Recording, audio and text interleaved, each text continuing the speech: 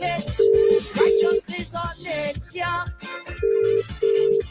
We don't play no hater.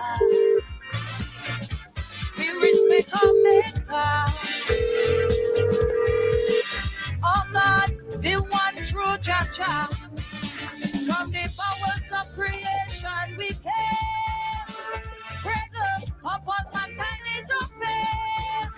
Behind fables and fairy tales they hide. With their slave trade and wicked appetite. They still spreading melanin, shade and color of WEFM, new fresh sound. WhatsApp us or call us at 457-9997. Activated Mornings on WEFM 99.9 is on now.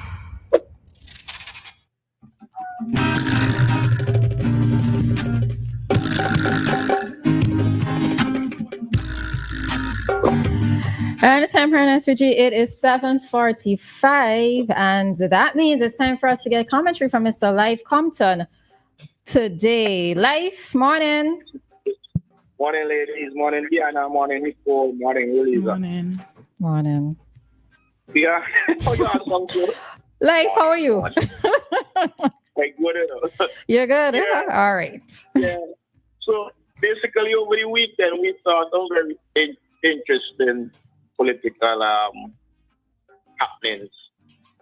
So we had British businessman, billionaire Ian Wace, who contributed $25 million US to the reconstruction of the southern Guyanese after Hurricane Barry. We had him endorsing the Unity Labour Party and Dr. Ralph Gonsalves. And there were mixed reviews on social media as usual.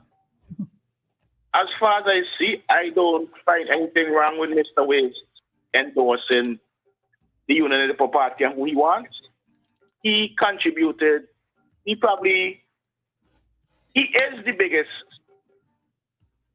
financial contributor to the rehabilitation in Southern Guyanese. When I say the biggest contributor, biggest individual who gave the most money to that. So he can endorse who he wants.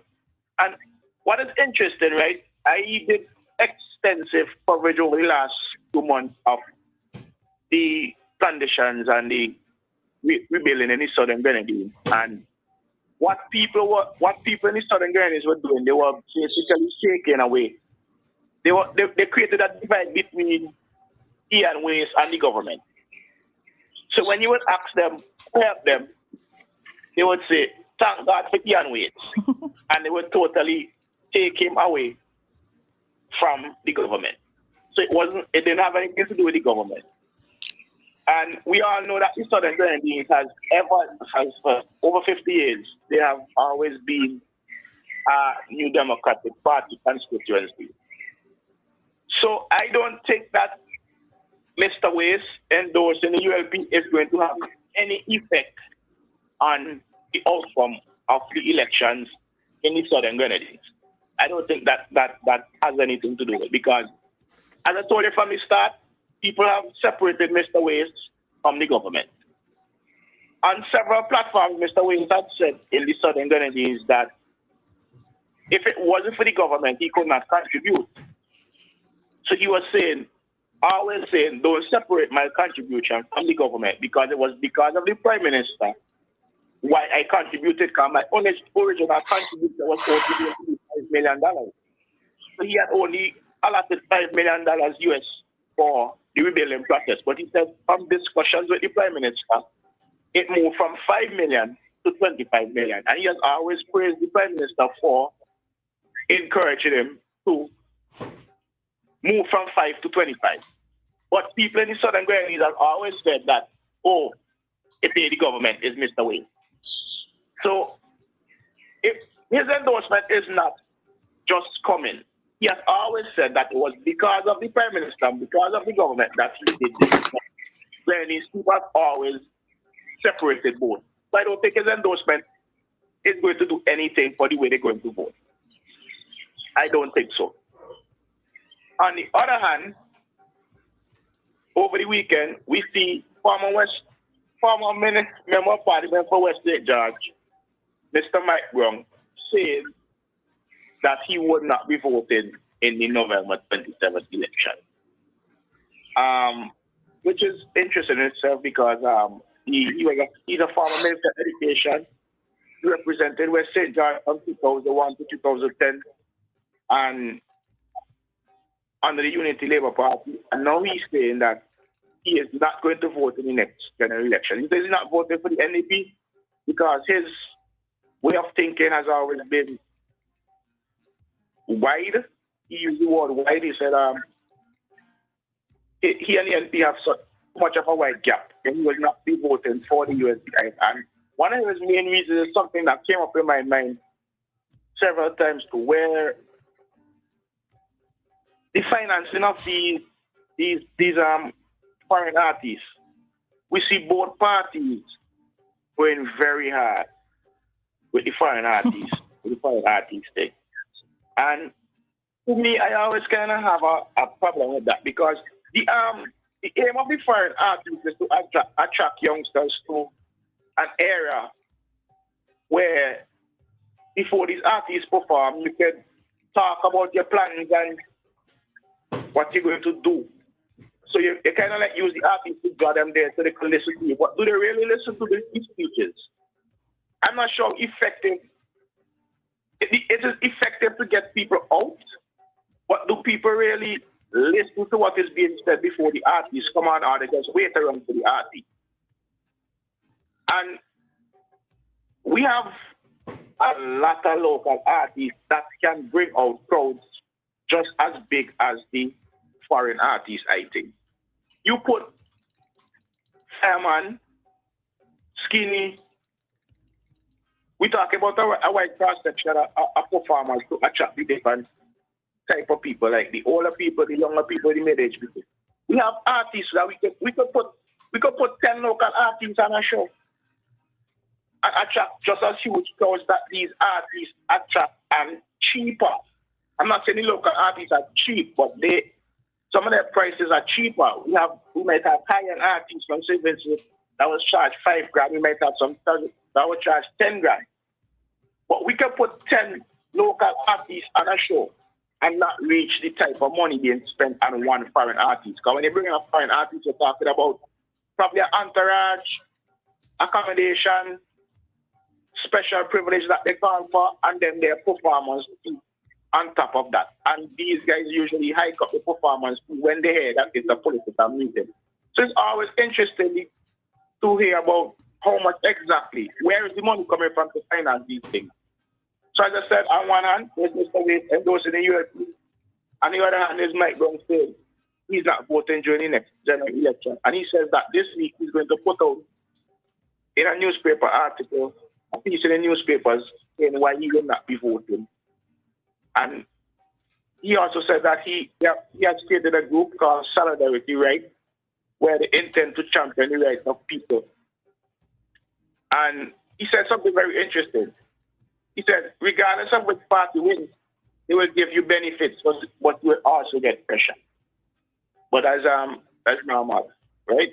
So basically, I will be closely following what he has to say this week, and also following the whole situation with Mr. Wace.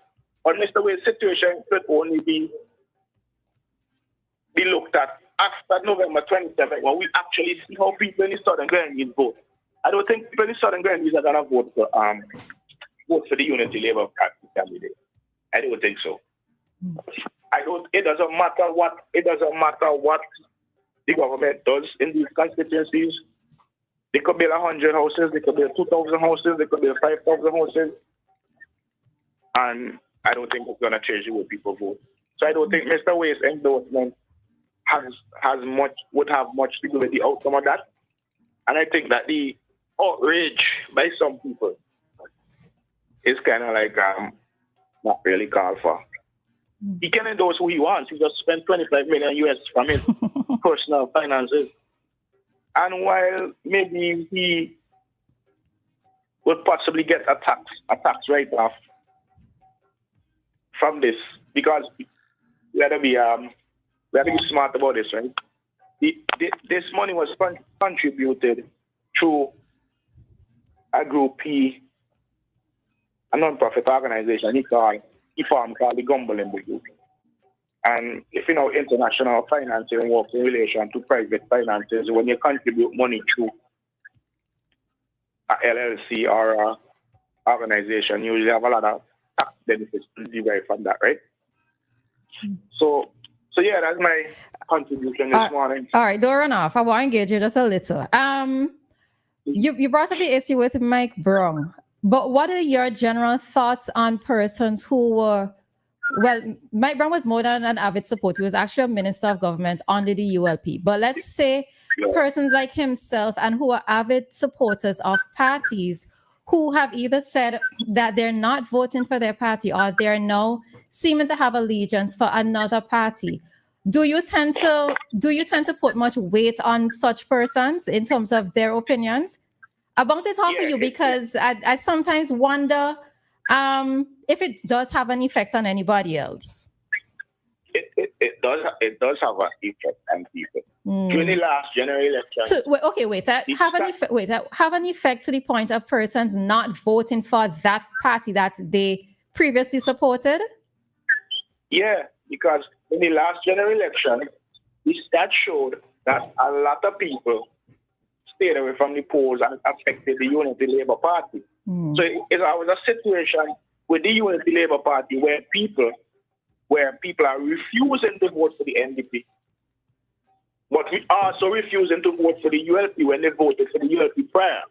And I had an interesting conversation with a politician last Friday where I was telling him that there's a large section of a certain type of professionals. Well, there's a large nurses, the middle height. There are a lot of nurses, right, who have said to me that they voted for the ULP during the last election, but they're not voting this election. So they're not voting for the NDP, but they're also not voting for the ULP. And that could be problematic for the ULP. Okay. Because they had that same problem in the last election where people were refusing to vote for the NDP. But they had voted for the ULP and they refused to vote for the ULP. And the NDP ended up with the popular vote. Not because people like their policies or love their politics or whatever, but just because they just refused to vote for the party that it was. Okay. All right. I had another. Go ahead. I think what Mike Brown is saying shows the mood of quite a lot of people. Yeah. Refusal to vote for the NDP, voting for the USP party, and not voting again. Okay. All right. I have another question for you, but I will hold it until tomorrow, right? So with regards to the artists, so we'll hold that for tomorrow. But thanks for your contribution. Right. Have a good day. Good. Thanks. You're welcome. Bye. All righty. So that was Lyf's commentary for today. He spoke about Mr. Ian Wace and his contribution to the development within the Southern Grenadines, but not just so much the Southern Grenadines, him endorsing the ULP, as well as Lyf also spoke about the monies that are being spent for this year's campaign. So any thoughts? Well, just to say that people have the right to endorse whoever they want to endorse, and people also have the right to vote for whoever they want to vote for. So, yeah. Okay. Nicole, anything? You know, there's a sentiment that when you don't vote, that is also a vote. But yes. But people have also that right to decide, you know what, I'm tired. I don't have any options in this present state or situation, and I'm going to withhold my time and my vote. But no vote is a vote. Yes, no vote is a vote. And there was some information that came out in the newspaper last Friday. It was an opinion piece, so I can't remember who it is. The opinion piece was written by, but there were some stats in relation to how much it is that the NDP lost by last election, right? And I thought that the stats were quite interesting. Or how much votes they needed to win, which in a sense is the same loss by, right? But what was glaring for me was the constituency of East St. George, where 3,060 persons who were registered to vote did not vote, right? And in some constituencies, you're seeing 2,000 and up, 1,000 up. So it kind of makes you wonder. Yes, the NDP needed a certain amount of votes to win, but it also shows that either many of these persons decided not to vote for a particular reason. And part of me is concerned about when you hear thoughts coming from persons like Mike Brown who are saying, well, they were for a particular side and now they're saying that they're not voting at all. It makes me, I don't know, boy. It places things in a very funny position because, as I've always said, if you have an option of exercising your democratic right and you choose not to do so, yes, I know everybody is going to say it is within my right whether or not I want to vote. But should you be as vocal when it is that you see things are not going right in the country or things that you are not happy with, right? This is always going to be my question because you had the ability to make a choice, to make a decision. But then when you see things are not going right or you're not happy with how things are going, you want to be out there and to be the most vocal. That is where it is that I have a little bit of a concern with, right? But I know many persons are like 6 or 1 half dozen the next, so it doesn't make a difference. So they're going to stay home. But for many of these constituencies where we see that persons were registered to vote and they did not turn up to vote, I suppose we have to question why it is that they chose not to. All right, so time here in SVG, it is 8:01. We are going to head on out of this segment. The time check came to you with a compliment of New Haven Funeral Home.